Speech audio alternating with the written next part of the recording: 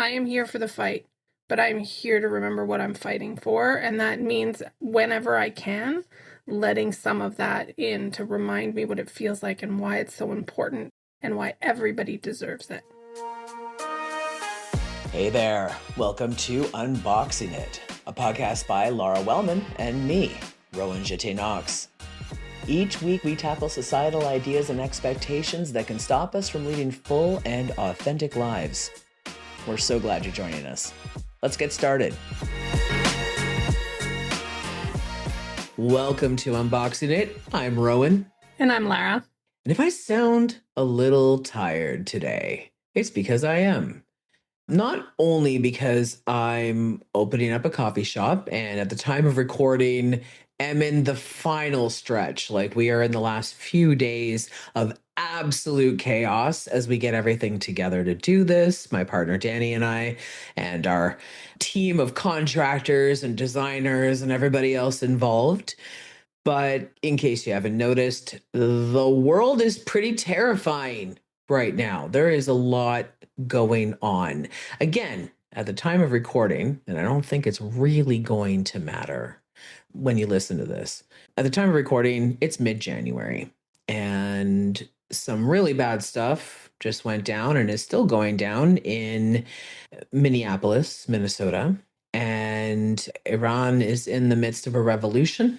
And there are still wars, other wars going on in the world, other things going on in the world. And a lot of us, I think, are feeling exhausted just from that. I don't want to say just, but what I mean by that is on top of all the other life stuff going on, work, family, illnesses, job losses, like anything else, mental health stuff, whatever else is going on in somebody's world.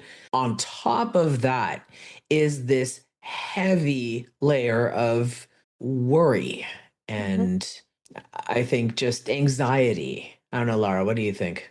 Yeah, it's so heavy. There's anxiety, there's worry, there's honestly a bit of despair that this is what the world looks like right now.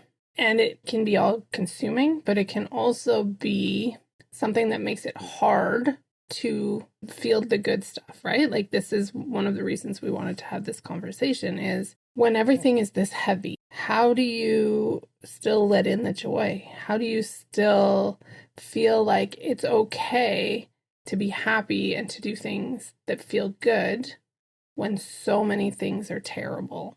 And it is a tricky thing to navigate, but I think it's also an important conversation to have because if we all fall into the depths of despair and can't operate anymore, that's not going to be better either. Right.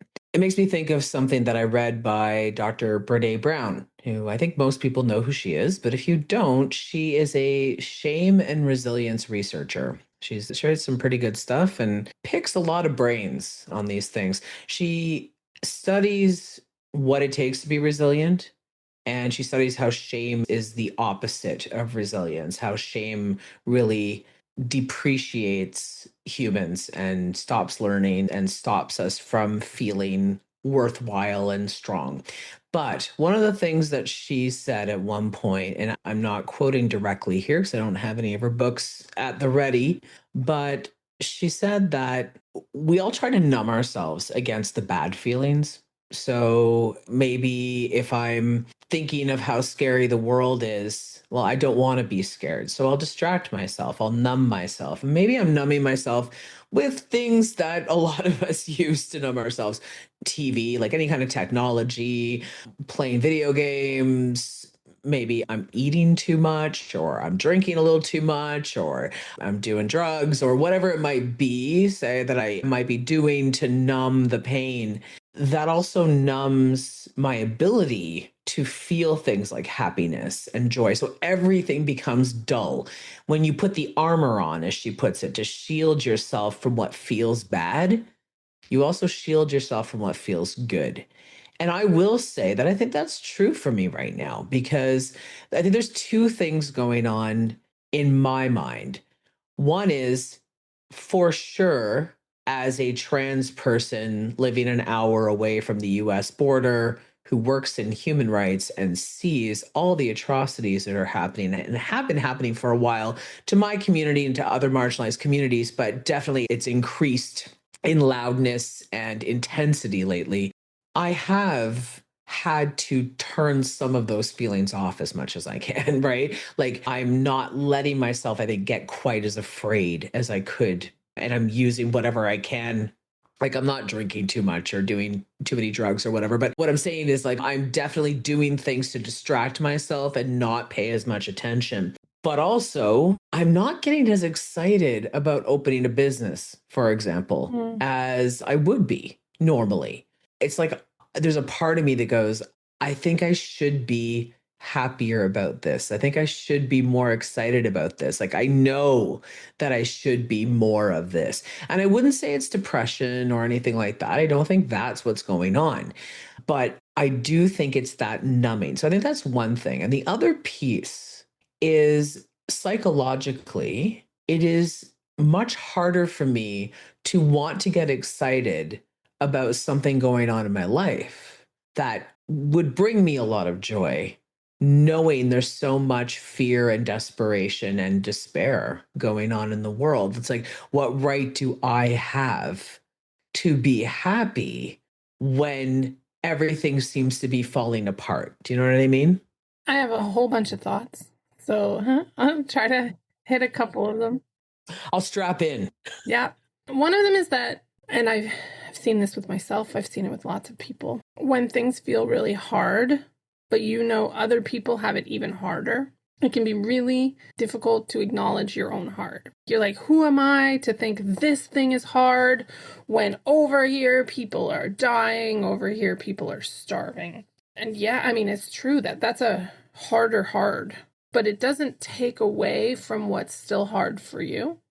And if you don't let yourself believe it's hard and you try to ignore it and you try to pretend it's not going on and you try to just push through without helping yourself in a position that feels really hard, you're likely to just feel worse and worse and worse and worse. Like we can't measure our hards and be like, I don't deserve to feel bad about this because other people have it harder. I think that's important to remember. It doesn't diminish that we understand how terrible and harder it is for other folks, but it just means that we don't tell ourselves we're not allowed to feel things just because other people have even worse situations. So that's one thing I was thinking. And now I don't remember what the other ones were, so we should just keep going from there and it'll all come back to me, I'm sure. That is the way that I think a lot of us are feeling right now. We had a health inspector in yesterday and he was asking what days of the week were open and what hours were open. I was getting my days of the week mixed up. I was saying Thursday when I meant to say Tuesday. And then Dani and I went for lunch and the server asked if we wanted water or coffee. And we both ordered water. And then he said, would you like cream or milk with that? And I looked at him and I said, with my water? And he said, you asked for coffee. I'm like, I did? And Dani said, yeah, you asked for coffee. Yeah. So this is how worn out my mind is. Now, again, I have a lot going on in my own life, but with that extra layer on top of it, where I never just get to shut off anymore, that depletes me. It just completely fries my brain and my body. And I know a lot of people like that, and they keep telling themselves that they should be fine because at least they're not in Minneapolis right now. At least they're not in, just pick the place where there's some kind of conflict going on, where people are in a lot of trouble, where people are fighting for their lives, where people are being disappeared off the street, whatever it might be. And they think, well, what do I have to complain about? I'm in Canada, for example. I don't want to minimize what's going on in far, far more dangerous places right now, because again, I know how bad that is. I'm keeping up with it as much as I can. But that doesn't mean that we're living with no worry. I think that in Canada right now, every week or so, we're hearing the leader of the free world. I don't know if that fits anymore. Talking about how he wants us to be a state. He wants to take us over. And, then Greenland's right next door, and that's getting pretty serious. And then, like, just the other day in Toronto, there was a Canada First rally that was all about, anti-immigration. And along with that, like, that isn't bad enough, anti-LGBTQ, I was on the bus on my way back home to record this podcast. And I almost had to step in because this man started yelling at a woman because she didn't understand what he was asking her. And it was actually quite hard to understand what he was asking. And then when she didn't understand, he called her an Asian slur. Ugh. And then he sat there and cranked up a bunch of alt-right videos. So the whole bus could hear his shitty takes on things reflected in YouTube videos. We did what we could to get her away from him without escalating the situation. But these types of things are happening everywhere. And when we don't let ourselves feel those things, and I'm guilty of that to some extent right now, they just pile on. They don't just magically go away because you're not dealing with them right now, because you just go, nope, not going to feel that. That doesn't leave the body. It stays in the body and it compounds. It just kind of sits there until we release it, right? So I'm concerned that a lot of us are taking on these emotions, not processing them, either because we don't want to or because we feel like we don't have the right to feel them. And that's going to really catch up to a lot of us soon. It's going to get worse. This is going to be a long haul thing. This isn't going to go away overnight. I think for a while people are going, well, when it comes to the stuff in the US, the midterms will take care of it. Well, we don't know that. There are so many other factors, and we know that the administration is not following the rules when it comes to Congress, taking things to the House, taking things to the courts, listening to the courts, etc. So we don't know. And I think that we really need to be honest with ourselves and maybe stop living in denial that the world has drastically changed. And there's a grief there, and there's a fear there that we now have to factor into our lives on a daily basis. Yeah, there's so much going on. So much is changing. I don't think we can ever go back, and just accepting and grieving that what we thought would be is really not, and that we don't know what will be is scary. Yeah. So there's two sides of it that I think we need to keep remembering. One is they want us to be scared. Right? Everybody who is not on our side, right? Like the folks that are changing things in a way that I really disagree with, they want us to be scared. And they do not want us to have joy.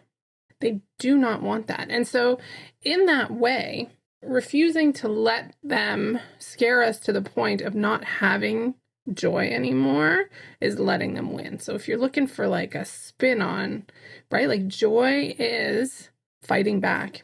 And it's important to remember that fighting back doesn't look one way.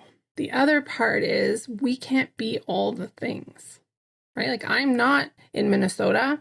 I can't go out and do the things. There are people out there playing loud instruments and drums and trumpets all night long outside of hotels to try to keep ICE agents awake. Like people are doing things in very different ways, but I've been seeing stuff where like the silliness of it, I don't know if you've seen protests where people are like wearing the big inflatable costumes and running around with signs. Like they're like the ridiculousness of it takes away some of the charge, right? Like, be scared. Everything is bad. You are terrible. Why are you fighting with us when you should just be listening to us? And then they're dancing around in a frog costume being like, boop, boop, boop, boop, boop, right?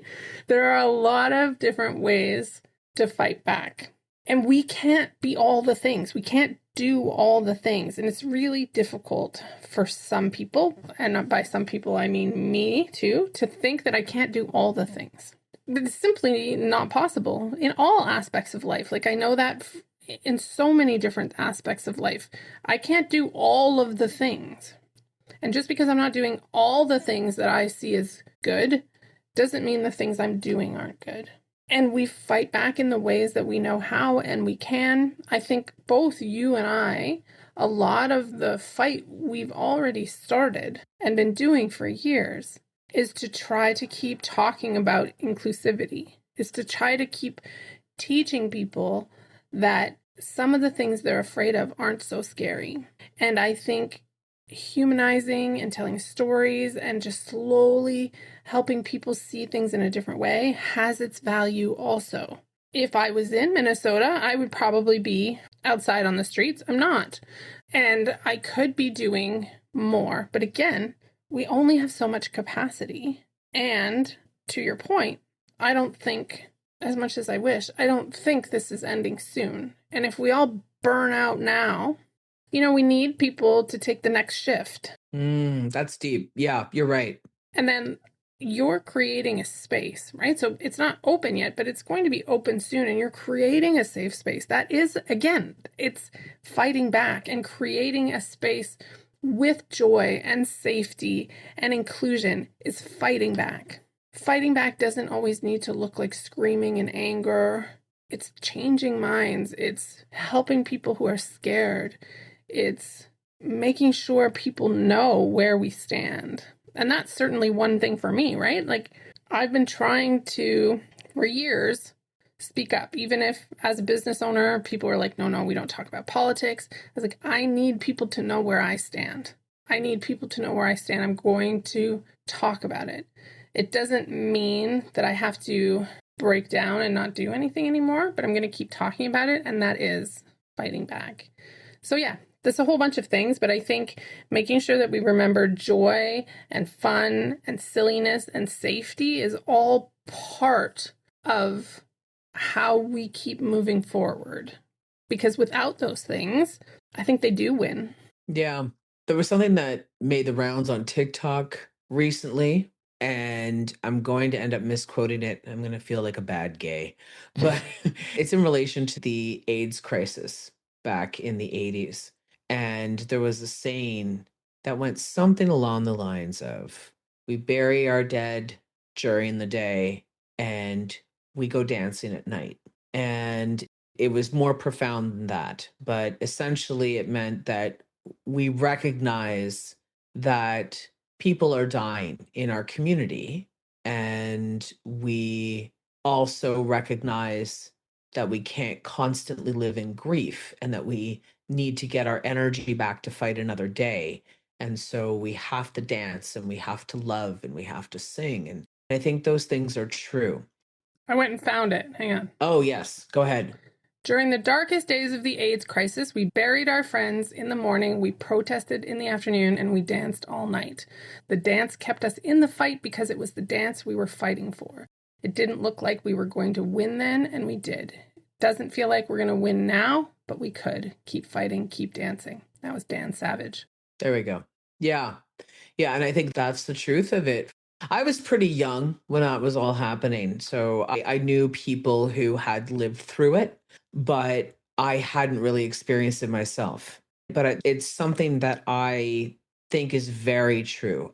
Gay culture, there is a lot of partying in gay culture, but a lot of it, I think, is to balance out the awfulness of having to live through things like police raids and brutality and being seen as illegal and immoral, and then having to deal with illnesses that nobody wants to really look at and they kind of think you deserve, right? So I see that, and I see how important that is now, which leads me to this topic that I bring up all the time.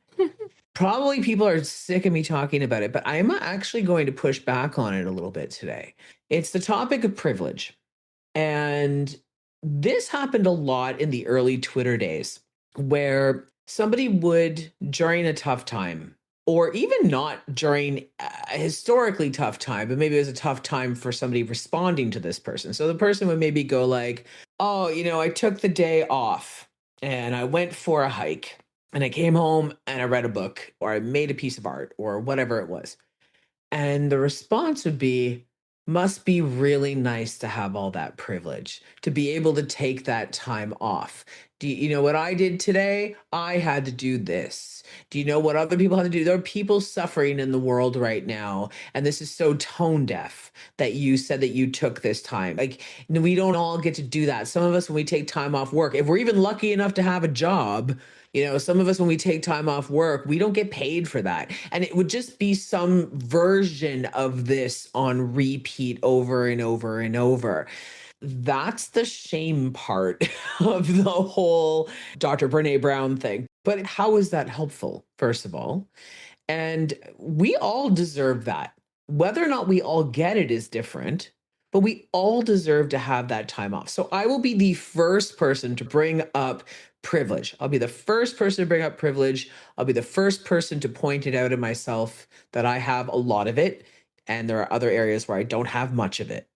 But overall, I'm a fairly privileged individual. I also think that I beat myself over the head with that for a long time and would not allow myself to take needed breaks. When the concept of self-care, the terminology self-care first came on the scene, it was well embraced. People are like, yeah, self-care, like taking care of yourself. This is wonderful. Like, this is what we should all be doing. And then it became a thing that we said only privileged people could do. And is there some truth to that? Yeah, absolutely. The more privilege you have, probably the more opportunity you have to take care of yourself. I don't think there's an argument there. If I'm working 3 jobs and I'm a single parent, I probably don't have the means to go to the gym or, much time for leisurely reading or the opportunity to take a spa day very often. No, of course not. So I do think there's some truth there. But I also think that self-care has kind of been given a bad name because there are many ways to get self-care. And, it's things like right before I did this podcast, I went to YouTube, which was free, as long as you have internet of some kind. And I did a 5-minute meditation at my desk in between an extremely busy day of running around for my business and recording this podcast because all I had was 5 minutes. And I was like, I got to center myself. It cost me nothing but 5 minutes of my time, and it helped centered me. And I'm here. That's self-care. But I really wish we could talk about self-care in a different way sometimes because it's a lot what you said, Lara, where we need to take shifts. We need to switch off and give each other rest. Some of us are in a good position to do a lot right now. Some of us are not. And then the ones who are doing a lot right now will probably need to step back, and other people need to be ready and willing to take their place, right? This to me is a lot like self-care is just maintenance. It is mental, physical, emotional, sometimes spiritual maintenance. It's like you can't keep driving a car if you don't give it an oil change, if you don't take it to the mechanic from time to time, if you don't fill the tank up, right? You can't keep driving the car. Well, it's the same with the body. You can't keep using this body, this mind, these words, everything without taking care of it. So self-care sounds a little bougie, right? But really, self-care is just maintenance. And it's something that we all have to do to some extent. So I think I need to start using the term maintenance because every time I think the term self-care, I start thinking of these elegant, relaxing days to myself, which is just not what I get. And it's not what I necessarily need. I need those 5-minute breaks. I need that good night's sleep. I need that time off my screens to read a book. I need that nap sometimes after work. That to me is self-care. A walk with my dog, a coffee, that's self-care. And all of that is very needed right now. We shouldn't deny ourselves that opportunity. I want to come back to that Dan Savage quote because the thing that stood out to me the most of it was the dance kept us in the fight because it was the dance we were fighting for. Yeah. And that's part of what this is. What we are fighting for is the ability to still have joy. What we're fighting for is the ability to have freedom. It is the ability to be ourselves. It is the ability to be there for one another and to protect one another, right? So we need to keep remembering what it is we're fighting for. And part of that is the good. That's why we need the good. And I agree. I think self-care started to feel like go to the spa. And that's not what it is. It's really just finding the ways that you can take care of yourself. It's put the oxygen mask on yourself before you can help everybody else in the plane, right? If you don't take care of yourself enough to be able to fight the fight, then that's not helpful either. Yeah, self-care for me, it's taking my HRT every day. It's taking my blood pressure medication and my anti-anxiety meds, my SSRIs. It is finding some kind of workout. And maybe that workout, because I'm so busy, is that I'm walking from one place to another and I get my heart rate up a bit, right? It's making sure that at the end of the day, I just unwind and watch even half an hour of TV just to relax.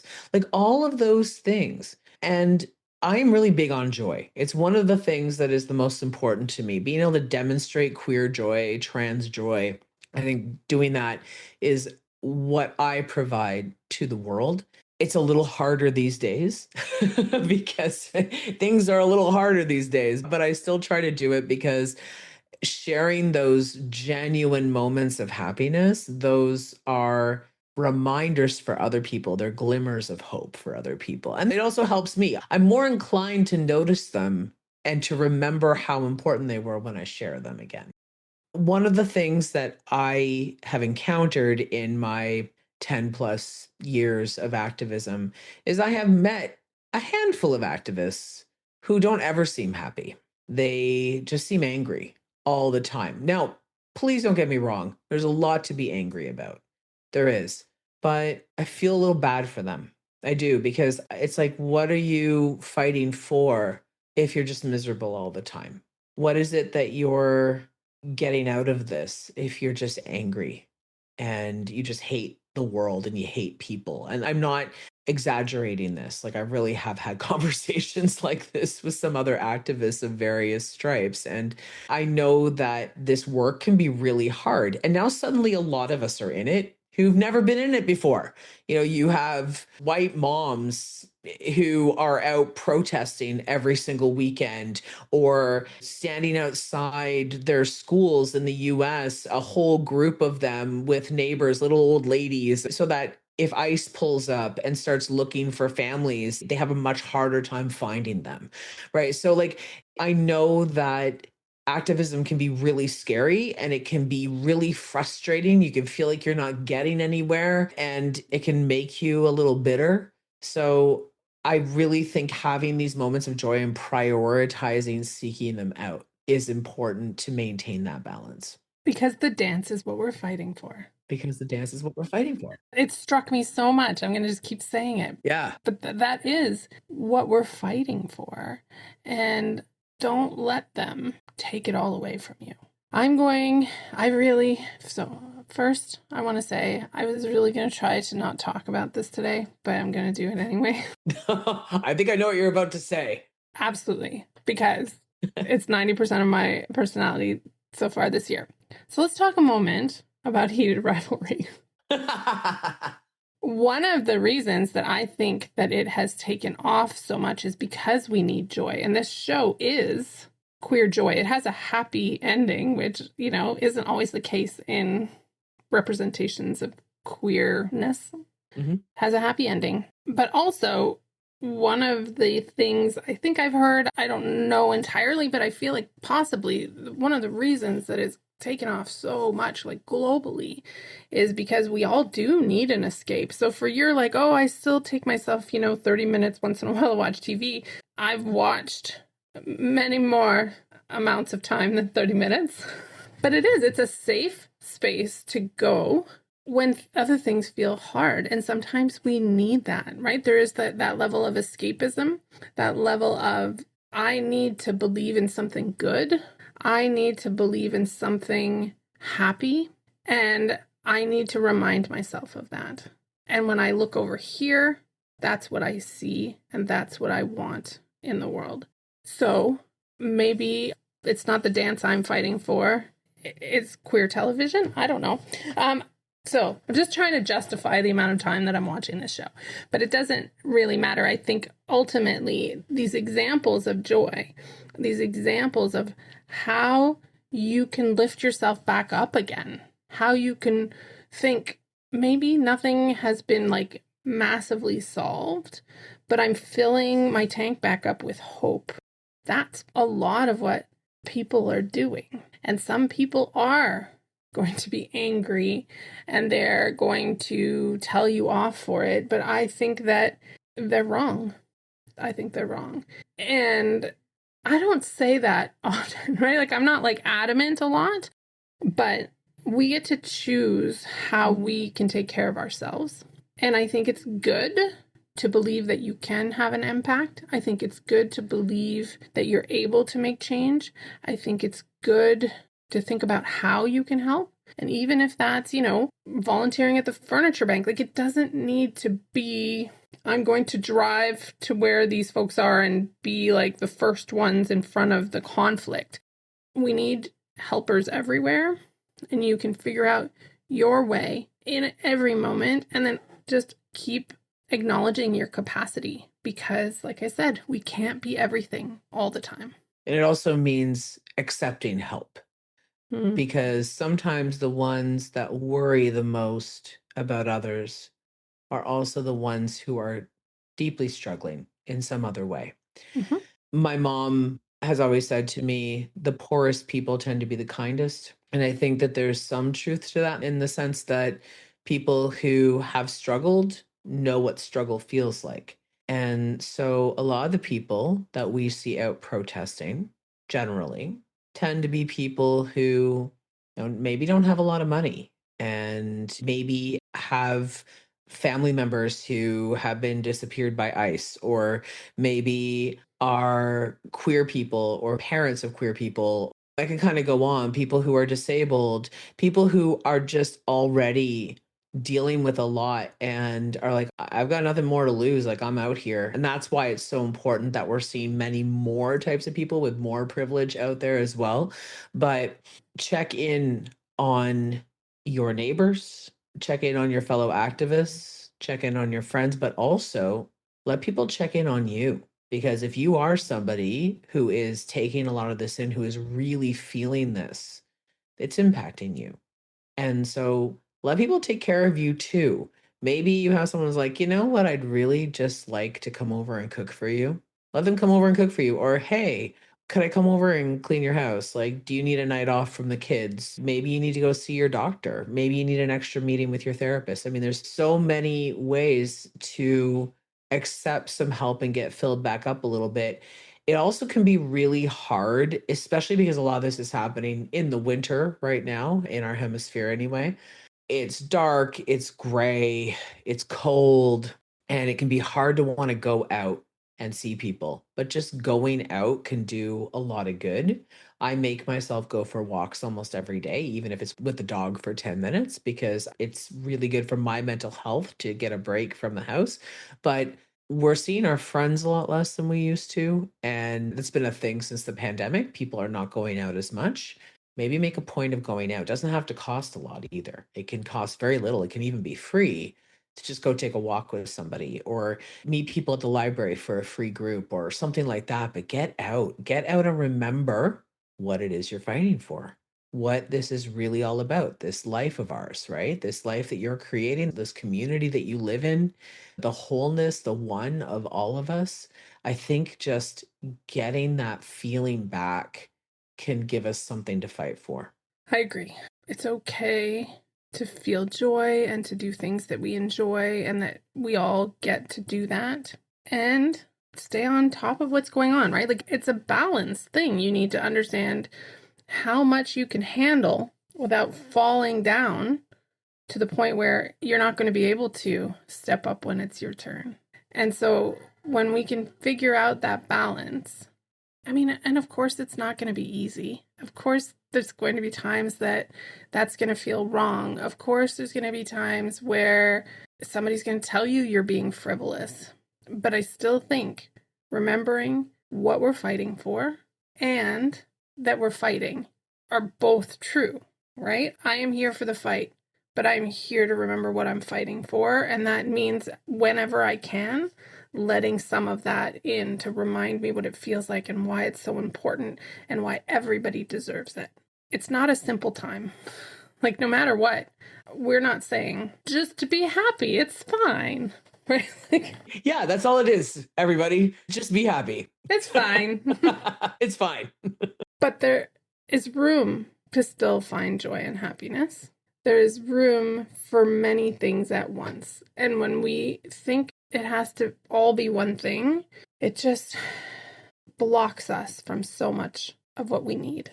What brings you joy right now? Rowan, it's heated rivalry. Okay, give me something else, though. Uh-huh. Unfortunately, it's mostly heated rivalry, but heated rivalry in many formats. So I've enjoyed the TV shows, I've enjoyed the books, I've enjoyed the internet memes and write-ups and media about it. And I'm just trying to allow myself to be okay with that, because a lot of the things that generally do give me more joy are feeling harder right now. So art has always been a big one for me. And the only new piece of art I've been able to make in the last month was a piece of fan art for Heated Rivalry. Like, I'm just letting it be true. Like, there is certainly some embarrassment about my attachment to this fiction, because, like, it's not only like I don't think I felt like this since I was a teenager. I am not entirely sure I have ever felt like this. And it's strange and it's very inexplicable. But a lot of the things that usually help me are feeling more difficult. So I'm not going to deprive myself of the thing that feels good. I'm still doing other things. I just started up my line dancing lessons again. Oh, cool. Went out and did the line dancing, and it was fun. So remembering that, and I will put it back to you in terms of what brings you joy, but as you are opening a coffee shop, I want to remind you that no matter what, the stress of opening a coffee shop would mute a little bit of the joy until you get to the place where you're actually opening. Like, the excitement can be muted by the stress of things. And that doesn't mean it's not still there, and it doesn't mean it's not going to come back. But you're doing something that's part of the fight with this coffee shop, and acknowledging that we all have different roles and we all fight in different ways, and embracing that, I think, is important. Yeah, I think for me, when I'm having a hard day, I live walking distance from the shop. I mean, it's a bit of a hike. It's not super close, but I could definitely walk it. And I will be walking it most days. I will go over there, even if it's at 9 o'clock at night. I'll just go in, unlock it, turn on the lights. I don't have all the lights yet. Some of the lights aren't installed yet, but there's at least some light. And I'll just run my hands over the countertops and check out the espresso machine and just remember what it's all for. So it's the same kind of thing as going dancing. If I just look at just the stress at the coffee shop and all of the heartache that it is, it's so much money, it's so much time. I am making a million decisions a day, it feels like, and there's all this backtracking and there's permit. Anyway, I could just go on and on. It's a lot. So being able to go in there by myself and kind of look around and go, yeah, it's happening. It might be hard and it might be taking longer than expected, but it is actually happening. And it is a life-changing thing that we're doing right now. That is about as close to joy as I can get right now. Yeah. That, and I watch a lot of YouTube videos that make me laugh. Things like people testing out weird gadgets or people ordering AI stuff off the internet to see what it actually looks like, which it's always terrible, by the way. Don't order things that are AI on the internet. They never look right when you get them.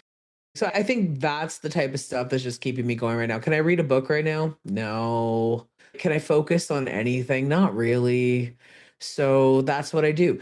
And the other thing I'm doing is like actively, I think like a lot of people, it's just second nature for me to just click on my social media apps without even realizing that I'm clicking on them till they're open. I don't know if you do that, but I definitely am somebody who's done that for a long time. And now I'm starting to learn to pause with my thumb over them or whatever it is and go, hang on, it's not going to make me happy. If I open that right now and I see what's in my feed, Is that actually going to bring me joy? The answer, by the way, is 99% no. So I don't open it. And that in itself is a form of self-care. So by the time this episode drops, the coffee shop should be open. God, we hope so. And I think, you'll have more space for more joy when you're in a different place. And I think, again, reminding everybody that there are seasons. There are times when things are harder, and we need to remember that they don't need to stay that way.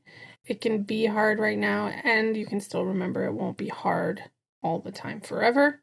Find your people and your community and the things that can bring you joy, because that's what we all need to lean on the most right now. I think we should leave it there. Thank you so much for listening. And if you have any thoughts or feelings about what we said today, please get in touch. Let us know. Leave us a comment on Substack. Send us an email. Subscribe. Please subscribe. We love our subscribers. And you'll get these podcasts as soon as they drop. Like as soon as they drop, you're going to get an email to let you know that it's up. We're now at every 2 weeks, and we're doing that for the time being because, as we've mentioned about 5,000 times this episode, I'm opening a coffee shop, so I don't really have a lot of podcasting time at the moment. And Lara has a mail club. That's MAIL, as she likes to point out, not MALE. Makes me a little sad, as I could be in the mail club, If you want to learn more about that, we're going to put that in the show notes and you can go check it out, because what brings you more joy than getting a real life letter, a little surprise in the mail? The moments don't all need to be huge, but let's embrace them. Thanks, everybody. We'll see you soon. Thank you. Thank you for listening to Unboxing It. We're so glad you did. If you like what you heard and you want to help us keep making episodes, please leave us a rating wherever you heard this one. You can also subscribe to the Unboxing It Substack to get access to all of the latest news and some special bonus content. And hey, truly, don't forget to find some moments of joy today. You deserve them. Take care out there, and we'll see you next time.